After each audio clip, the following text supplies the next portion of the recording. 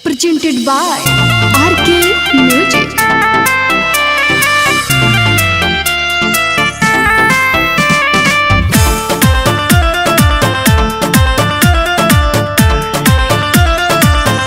Music by Abhay Baba.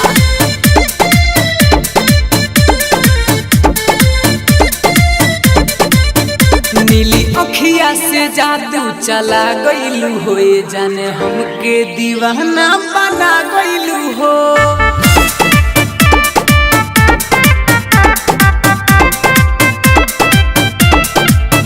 नीली अखिया से जादू चला गइलू हो, ये जाने हमके दीवाना बना गइलू हो।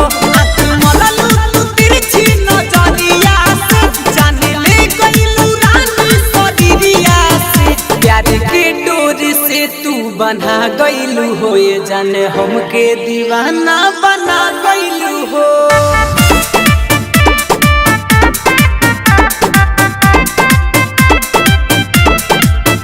नीली अखिया से जादू चला गइलू हो, ये जाने हमके दीवाना बना गइलू हो।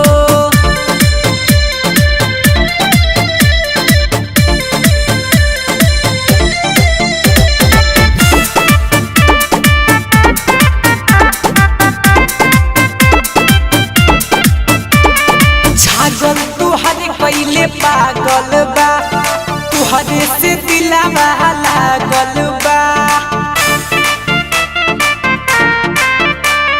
छागल तुहरे पहिले पागल बा, तुहरे से दिलवा लागल बा। नींद चैन सब उड़ गइल हमार, रात भर अखिया जागल बा। सीधे दिल में तू आके समा गइलू हो, ये जाने हमके दीवाना बना गइलू हो।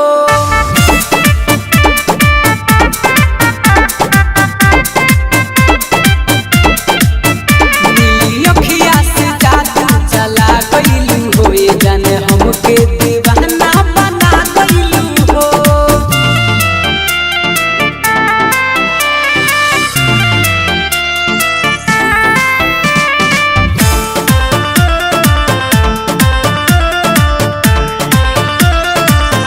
Music by Abhay Baba.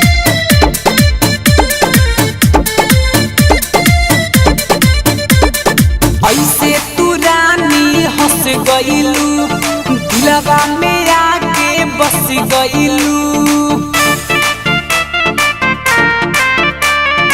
ऐसे तू रानी हंस गइलू, दिलवा में आके बस गइलू।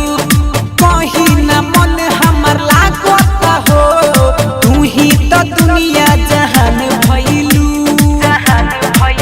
रंजित विकास के प्यार सिखा गइलू हो, ये जान हमके दीवाना बना गइलू हो।